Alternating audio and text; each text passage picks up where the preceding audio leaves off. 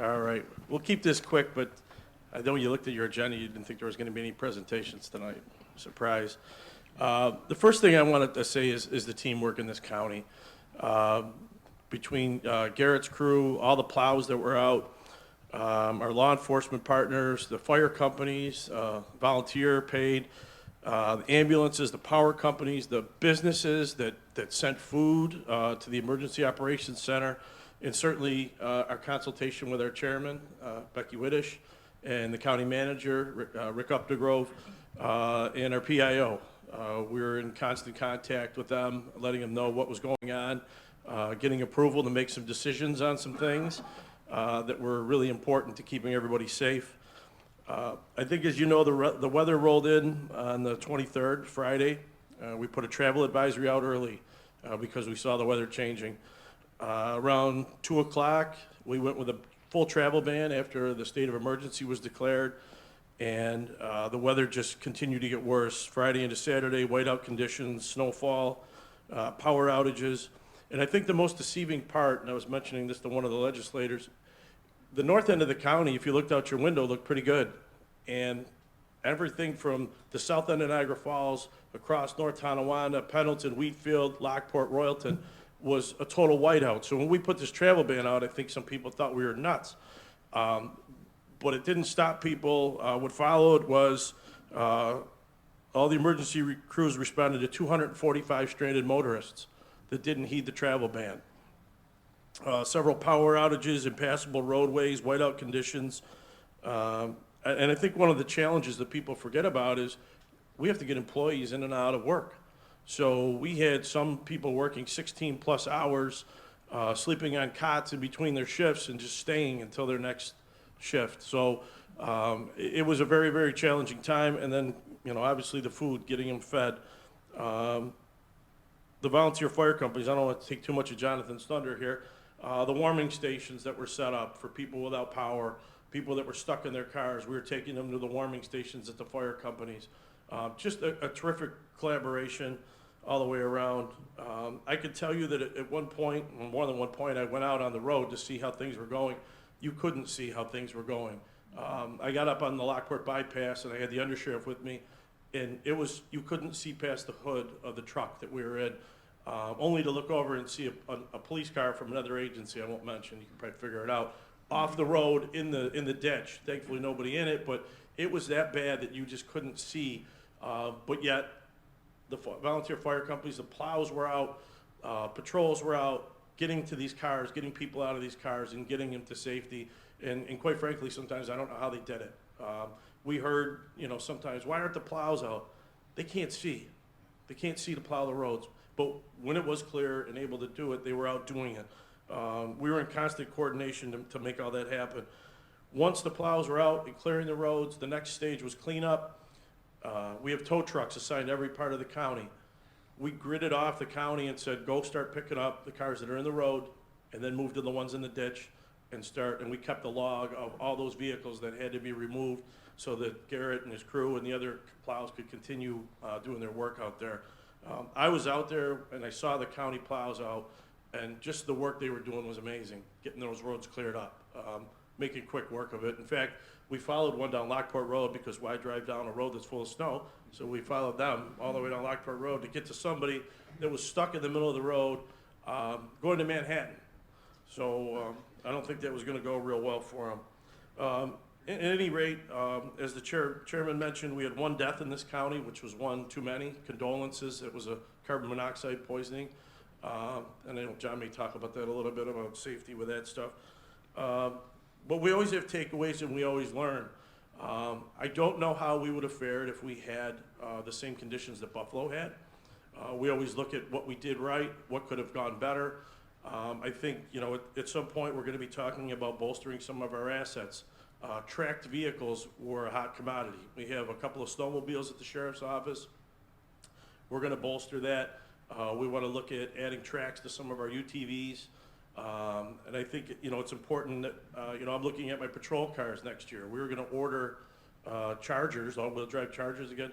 We're going to switch the rest of the fleet over to the all-wheel drive Durangos. You learn from these things.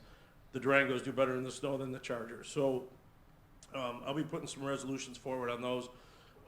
We found some funding sources for those things, so I think it's best that you learn from these things and how we can do better the next time.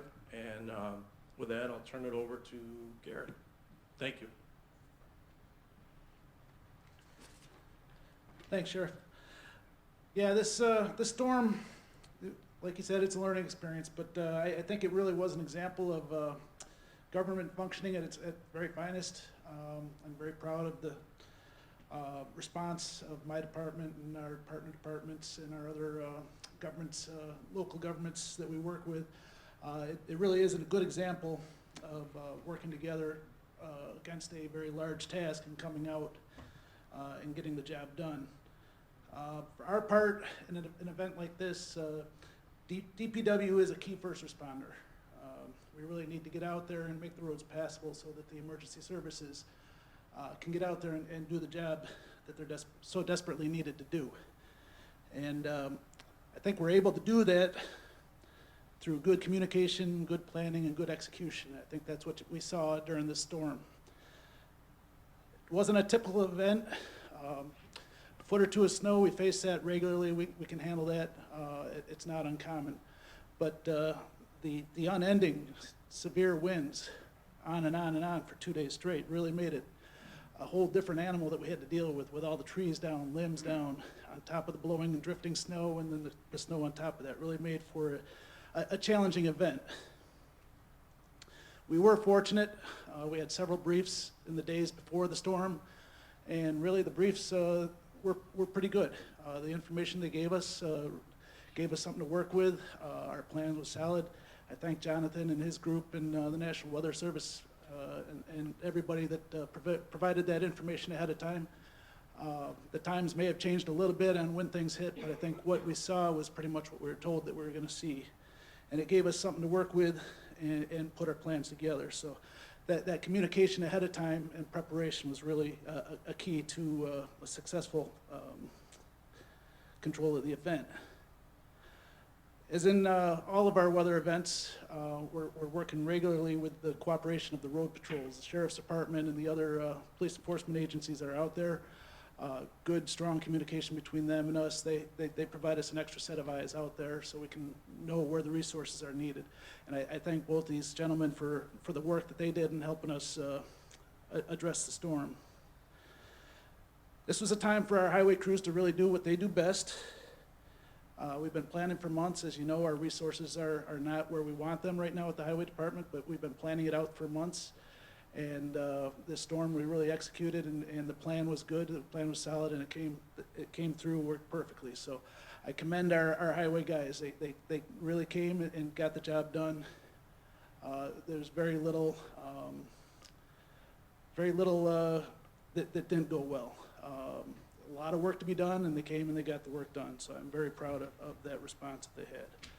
I was told just today about one of our plow drivers probably saved a life. There was a gentleman that had to be at work for essential service, but for some reason he was out on the streets and trying to walk his way. Plow driver saw him. The temperatures had dropped, the winds had kicked up. Our plow driver picked him up, took him back to our shop. He hung out at our shop, kind of seeing what the operation entailed for the day until one of our guys was able to get out and drive the person home. And I really do think that it made a big difference in that guy's life. So our guys are out there and they're helping the community. They're really doing the job that we need them to do. The Division of Buildings and Grounds also worked hard on this storm. We support 2 24-hour operations, one up at Trot, and of course Jonathan at the Public Safety Center. Our B&J guys were out there basically working through the night to keep these facilities open, keep the paths clear so that the people that are really critical in this 24-hour operation are able to get to work and do their job. After the storm, the B&G guys put in long hours working through the night to get the parking lots cleared, the sidewalks cleared. Worked closely with the highway to get that so that once we got to the 27th, we were open for business. I don't think anybody that worked here really noticed any complications on getting in for their normal shift once we opened back up. So I'm really proud of the entire department and how we address the storm, the management of the event. Our crews are professionals. They do a very good job in what they do, and they're very committed to the county, and I thank them for the work that they do. John? Thank you, Garrett. Thank you, Sheriff. So, couple updates, couple quick things from the storm. So, really, before I give the overview and go through some of what we saw and what happened, really a huge thank you to the true protectors of our county. Yeah, we were taking care of business, what we need to do at the Emergency Operations Center, but really, our firefighters, our law enforcement, our EMS, and our dispatchers did amazing work. Sheriff mentioned 245 vehicles that went off the road that had people in them. This was because of the conditions that they were faced with out there. Couldn't see, didn't know where they were, wound up in a ditch, wound up in a field, wound up in places they shouldn't have been. And our law enforcement, our fire and EMS was out there moving them, bringing them to the warming shelters. So I really cannot thank them enough for all they did. When you see them out and about, please thank them for what they did last week. And definitely our plow operators, the amazing work they did. I couldn't hear enough great things from some of our crews stopping at the Emergency Operations Center, telling them how loaders pulling their ambulances through streets they couldn't get to. At one point, we had 8 fire trucks stuck across the county. Our loaders came to the rescue, our municipalities, to get them out so they could get to our residents to take care of their needs. So some things from the storm. Town of Lockport, 28.2 inches. Town of Pendleton, 26.5 inches total. North Tonawanda, 19. Sanborn, 14 inches. City of Lockport, 10.5 inches. Town of Newfane, 4.5 inches. And Youngstown, 3.2 inches. As for the actual blizzard conditions, the Niagara Falls Airport verified 2 periods of true blizzard conditions. They are from 9:06 a.m. on 12/23 to 1:25 a.m. on 12/24, and 6 a.m. on 12/24 to 1:34 p.m. on 12/24. There was another shorter period of blizzard conditions that doesn't technically qualify because you need 3 continuous hours of 35-mile-an-hour winds. This was from 2:50 p.m. on 12/24 to 4:05 p.m. on 12/24. So some things leading up to the event. 12/20, 12/21 is when we started our storm prep, reaching out to our municipalities, working with our fire departments, kind of getting them ready, sending out the National Weather Service updates to Garret, to the sheriff, and others that need it to kind of see what's coming, preparing for it. 12/22, this is when we start our partner planning calls and webinars. NYSEG National Grid, huge partners through this entire event. Our hospitals, Sheriff talked about his employees coming in, needing to get through. Our hospitals had to stay open, had to stay operational, had to get our employees in, employees out, and our sick residents to these hospitals. Our Western New York emergency managers got together planning for moving around our resources to help each other. The National Weather Service, and of course our county government, a call we had on Thursday to determine what we were going to do for Friday. I know oftentimes when we get on these calls determining what we're going to do with the weather event, one individual, I won't mention his name, Garret, is usually the negative Nelly, and I'm always the one that's close. So we kind of get that little battle going back and forth. But I can tell you this time around, Garret and I spoke before we had the call, and he and I were on the same page for once, which was nice. And it goes to show our partnerships and our collaboration of working together, and providing the best for our employees of the county. Closing the county is not an easy decision. I know many of our employees wanted it closed Wednesday, for the storm was coming on Friday. You get lots of phone calls, lots of text messages, when are we closing, when are we doing this? Just delete those and move on. But it's not an easy decision. Thank you to the leadership in this room as well for helping us make those decisions. On 12/23, 8 o'clock in the morning, the weather started. Just when we started getting some text messages, what do you think, what's it looking like? Wind started, snow started, but it wasn't too bad. By 10 o'clock, snow was here, winds were definitely here, and the storm was getting into place. It's when the sheriff and I had our conversations, put the travel advisory in place to really start getting people on the road, start thinking about it. This is where we started hearing many of our businesses, Tops, Wegmans, and others, were starting to close 12, 1, 2 o'clock. By noontime, all 3 cities had travel bans in place and states of emergencies in place. 2 o'clock, the storm was here. The sheriff and I had a conversation. It was actually an easy conversation. And we moved forward with a state of emergency and our driving ban. This is where things really took a turn for the worse as the day went on into the next day. Thankfully, on 12/23, the cars were still on the road, maintaining themselves and moving to where they needed to get to. 12/24, there was a whole different story. 3 o'clock in the morning, we started our operation at the Emergency Operations Center as we were dealing with flooding on the upper river. making sure we're taking care of those residents and those businesses across that area that were affected. By 4 o'clock, the conditions across the county was zero visibility. I left City of Niagara Falls heading towards our building probably about 3:45 in the morning, got to NCCC. From that point to my office normally takes 10 minutes. Took me 1 hour and 6 minutes to get to the building. And that's what people that were still out driving in that driving ban, which brought us to that 245 individuals that were out driving. As the sheriff said, we had individuals from New York City, we had people from downstate, out of state, and all over the country coming up this way to get to Canada because they figured this was the only way to go was Route 31 and 104. So as the day went on, conditions never got any better, they actually got worse. About 7 o'clock in the morning, we dispatched every fire department in Niagara County to open their warming centers. Basically, with our collaboration and communication earlier in the week, everyone was prepared, even though this was the Christmas holiday, to open their fire stations to whoever might need warming because of power outages or whatever might happen throughout those days. At one point, we had close to 190 individuals in warming centers across the county. I can't thank our volunteer fire companies and our career firefighters, and even some of our municipalities opened up their warming stations for well over 24 hours for people in need. Never were we questioned, never were we asked why. The only thing they asked for was food.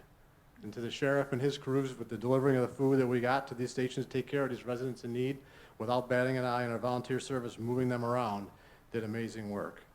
The Shawnee snow crews that came in with their snowmobiles, and they came in with their groomer, did amazing work in the cities and across the town, helping out areas we couldn't get to, delivering food, bringing people to shelters. These crews worked through the day, through 12/24, all the way into 12/25, Christmas Day. Christmas morning, when they should have been home with their families opening presents, they were out taking care of our residents. So we finished up probably midday Christmas Day with most of our operations. Garret's crews and our municipal crews out there doing the plowing, getting our roads open up when the snow ban moved south, did amazing work. So by the end of the day, roads were pretty much back to normal in most of our locations. To the sheriff's credit, getting that driving ban done early in the morning. I believe he spoke to me quite early that morning. But we got that driving ban rescinded, so we get our residents safely with that travel advisory still in place to their family festivities across the county. To this day, right now, we're in our recovery efforts. Most people are back to normal. Rained a little bit, snow's gone.